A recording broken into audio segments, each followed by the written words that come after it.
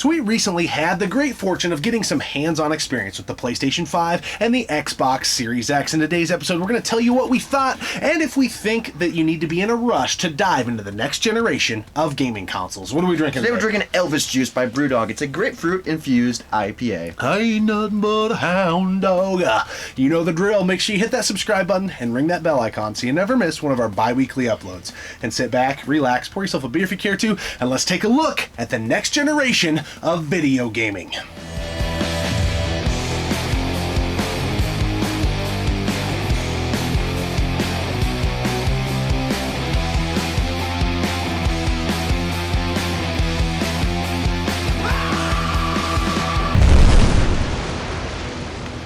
Hey, Sean from the Nerd Lair here, and you're watching Gaming Off the Grid. Now go away. So as we stated in the intro, we got to play for a couple hours, PS5, Xbox Series X, and we were really excited going into it. Yes. We're going to kind of tell you some of our first impressions, what we thought, and kind of go through a litany of things that we think it would matter to anyone considering to purchase these. So let's start with maybe the least important thing.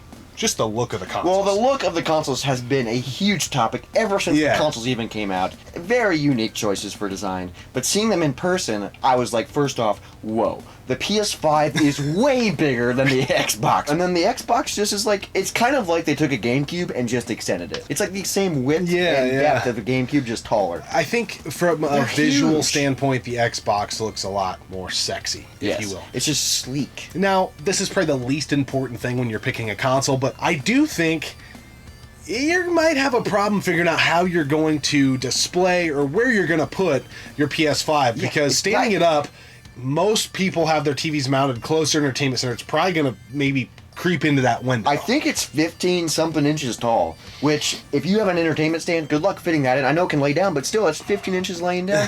I was shocked and surprised on how big it was. Yeah. I mean, it does look cool with its fins and stuff, but it's not an aircraft, so I don't know why it has fins.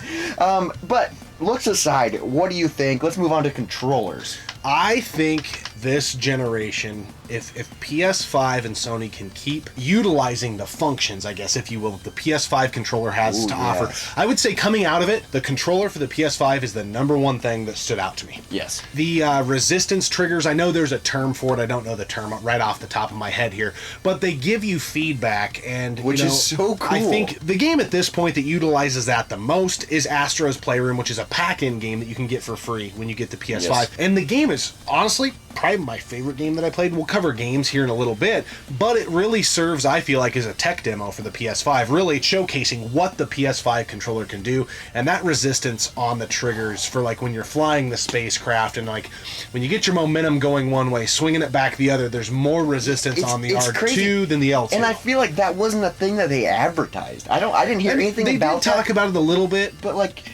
once you play with it in practicality, it's like, this could be really cool. And the handles for the controller are a little bit longer. They kind of come out in like a horn shape, not quite, but they're a little bit longer. And it's crazy. We compared the PS4 controller to the PS5. The PS5 controller is a lot heavier. Yeah. And the PS4 controller feels like it's air compared to it.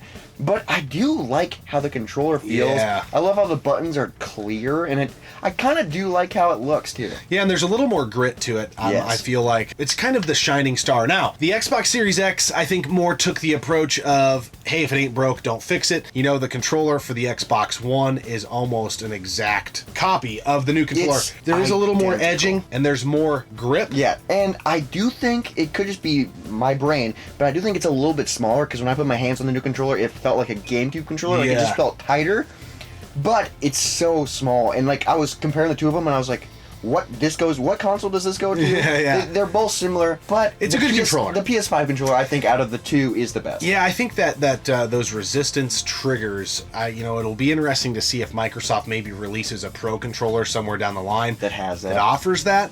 And long term, we talked about this last night, is that going to hold up? Is that going to last? If Xbox doesn't get into the game of the resistance triggers, it's going to be interesting to see how much use PS5 can get out of that as third-party developers that are making for both. Yeah, are they going to put time into that application when you can't use it over on the Xbox Series X? So we're gonna have to watch how it all plays out, but the initial impressions, again, walking away from it, the controller stole the show for me for the PS5 once I got my hands on it and felt that just different resistance in different situations and the different feedback as far as vibrating. It's so cool. Which it's hard to explain. Obviously, there's always been DualShock and things like that, It just you know. felt But different. It did. And It felt more immersive. Felt better. It felt like it kind of, when I was playing the Astros Playroom, it felt like a 4D experience, dude. It was kind of cool. Like, when the wind blew, I was like, dude, I feel like the wind's on me, even though, like, I didn't feel it on my face, but it felt like the way it was vibrating felt like the wind was. Yeah, it was very cool. Definitely cool.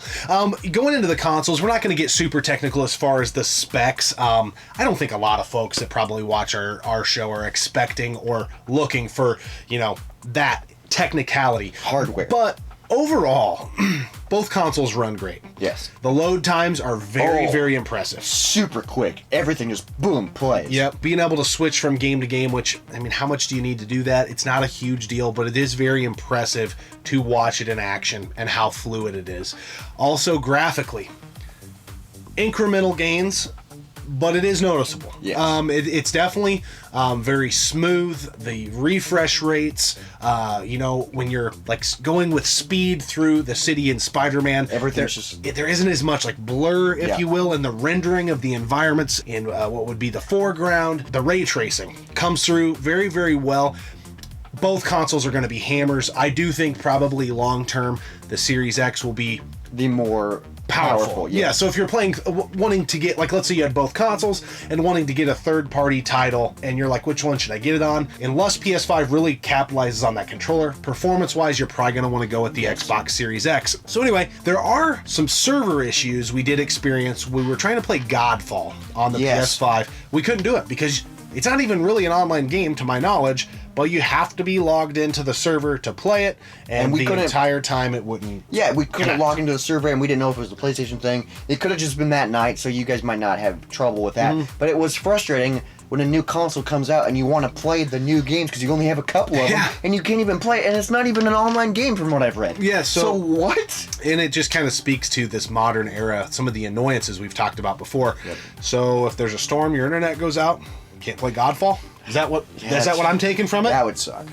I mean, pretty annoying. So I feel like once you have it installed, you should at least be able to play the single player mode.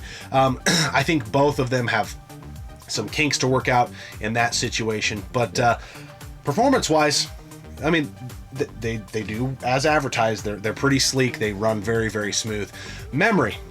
Ooh. I think the memory for both consoles, maybe you can tie this into performance, it just isn't enough. I mean, 1 terabyte on each console, roughly. With the size these games are going to be, it's just not enough. Even on modern consoles from the current gen, 1 terabyte is not enough. I think long term, this is going to be a major issue. That's just something that I find very curious. The next topic we're going to dive into, though, is the games. Yes. This is the most important part of a launch. Yes, because this is what people, when you buy a console, this is what you're going to be doing with it. Yeah. You're going to be playing games. So let's start with the PS5. I mean, where are the games? That's pretty much all I have to say. Where are the games? I'm gonna just kind of, you said PS5, but You're just going to lump I them mean, together. Astro's Playroom, that probably shouldn't be the game that moves the needle for me the most, but Because that's a free game that comes with PS5. you know, and Spider-Man Miles Morales, beautiful, but you can get it on the PS4. The experience, although it looks great, is very similar to the Spider-Man game on PS4. Yes, it doesn't seem like it's new thing. It's not a system seller. Yeah. Where are the system sellers? Where is the new Twisted Metal? The new Killzone? The new... I mean, I feel like both consoles, and then the Xbox Series X, everything's like a re-release, it feels Yes, like. it's a re-release or it's available on the Xbox One. Yeah. So that's what I don't understand is like most of the games that came out for the new consoles you can get on your old consoles. So why do you need to buy a new console if you can just get it? I know it will look slightly better, maybe it will play better, but And, you know, those are minor things. I would say, like, we're looking at incremental gains, diminishing returns. Yeah. You are not going to feel or see the leap that you felt from NES to SNES, SNES to N64, N64 era into Xbox, GameCube, PS2, from PS2 to PS3 and Xbox 360, even into the current gen of PS4. You're not going to feel that way, at least with the titles they have offered up at this point. Yeah. So if that's the case, where are the games? You got to have games that you want to sell your console, and they're not there. It's frustrating. I know there's a bunch of games that are on both, and we did get to play the new Assassin's Creed, which is fun. I did enjoy it. But while I was playing it, I was like, first off, is this even Assassin's Creed? It felt like Skyrim, and it didn't feel like a huge, Yeah, it doesn't feel like something you could could step have... up. It feels like I was playing it on my PS4, Yeah. It didn't feel anything different. I just feel like they rushed in to just, we need a new console. Yeah. And they didn't think it through. And they don't have developers ready. They don't have the games ready. And I don't know, man. It's frustrating. Let's give our final thoughts on this. I mean, you guys can probably sense where this is going. I personally feel, although I think these consoles will be great, don't get us wrong. Yes. I think the PS5 and the Xbox Series X will be great. But I feel like this is the most lackluster video game launch of my lifetime. Yes, I just feel like it's so, I don't know, just disappointing, I guess. I mean, the consoles are cool, but they're, And also, here's one thing. It could be because maybe I didn't get a pre-order in, or I wasn't paying that much attention, but for the past generations, I knew when the consoles were coming out. For this generation, I was like, oh, the consoles are coming out in a couple months. And then all of a sudden, I was like, oh, they're out today? It just kind of like happened, and it didn't feel like there was a huge event. It didn't feel like, there probably was, but I don't know. I feel like it just I think it's because there's not that game that is making you so anxious. Yeah, I wish I play. wasn't excited. Yeah, there's nothing out, in my opinion, at this point in time, as we're filming this, that's like, you have to play that game. It's mind-blowing. It's just not there. Overall, I don't think... You can read your own mail. Some of you probably already have the consoles, and if you do, good for you. And you're probably loving them. But if you're a person who wasn't able to get one, and you're maybe like, man, dang it, I really wish I could have got it, I think you should wait. Yeah. I don't see... There's not enough meat on the bone to warrant spending $500. Well, and there's just not. You can't even get that for that now because people are scalping them, and so like people are selling them for $1,000+. Definitely not worth that if there's nothing really to do. It's just frustrating, and I feel like it's just incremental changes, because we had the PS4, and then we had the PS4 Pro, and it was like, oh, slightly better, and then we had the PS5, and it's like, it doesn't feel like the next generation, if that makes sense. It feels just like, oh, this is the next step. The next step, and that's how the Xbox feels. One thing that is so frustrating about the Xbox that makes me really confused, and I'm not even an Xbox guy, is the controller looks exactly the same. We already talked about it. And the game cases look exactly the same except for a sticker. It's like they had extra cases for the Xbox One, and they're like, okay, let's release a new console, but use the same cases. That just feels like an expansion. It doesn't feel like a new... The whole launch just feels rushed to me. I won't be shocked if we eventually get into major hardware problems with these launch consoles. That typically happens. Yeah. But it just doesn't feel like it's time, like it's ready, like the games are there. I just don't think there's any rush. I think everything that you would want to do on your Xbox Series X, you can do on your Xbox One, and damn near... Not all, but damn near everything you would want to do on the PS5, you can still do on the PS4 to get you by. And most of the games that are for it are available on those old consoles. Yeah, or they're remakes. Yes. Demon Souls. I mean, it's on the PS3, dude. Yeah. I know it looks a lot better on the PS5. Yeah, I think your point of what they did, almost bridging the gaps between the generations with the new versions of the Xbox One, the new version of the PS4 with the PS4 Pro, then you get into these consoles and it's just kind of like... There's no... I mean, menu-wise, I will say the PS4, or PS5, rather, is a little more intuitive. I never have liked the menus on the Xbox One. I just recently got one. We recently got one. It just seems like a clusterfuck. And when I was playing the new Xbox, I was like kind of confused. I was like, how do I exit out of the game? Now, full disclosure, we're Sony guys, so maybe that's why we aren't used to it. But we both are big fans of the 360, and I felt like the 360 interface was more intuitive. The Xbox One, just like, there's freaking tiles everywhere, and it's just like, eh. But guys, I really think you should wait. I personally do. I think you feel the same way. There's no reason to get your panties in a bunch and rush out and overpay for any of these. I would just ask you the question, what games do you want? Yeah. And is there really that much of a difference if you get them and you've already played them on the other consoles? Let's talk about this beer, the Elvis Juice by Brewdog. It's a grapefruit infused IPA. Not always the biggest IPA fan, but I love this beer. Yes, this beer is so good. It's clean. It's crisp. It's refreshing. Yep. The grapefruit taste is really good. I feel like this is an IPA that most people would enjoy. And this beer has actually been recommended to us a lot from dads and lads. Yeah. And we finally got our hands on it, so thank you so much for recommending it.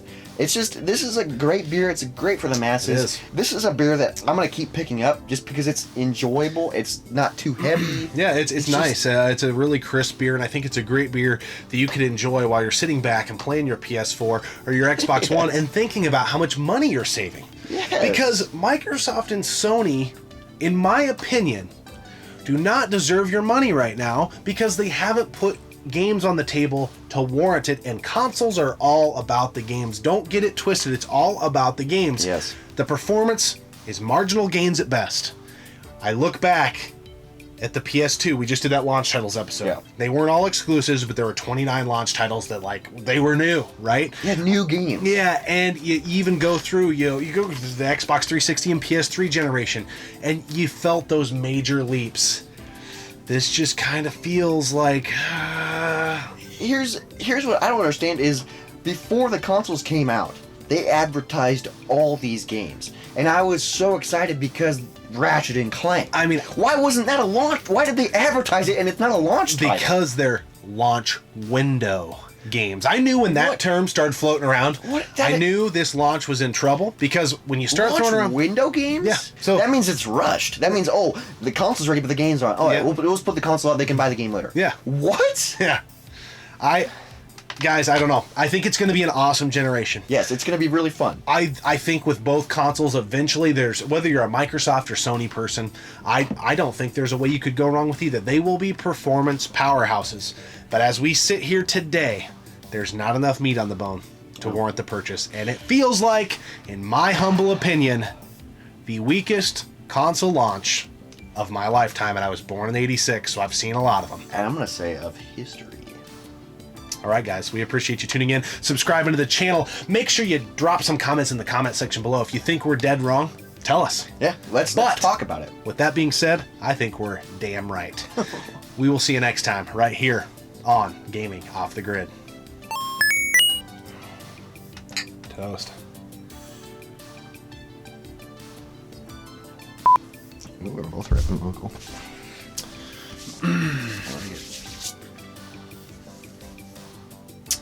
Kind of thinking though, color-wise, I might just went to a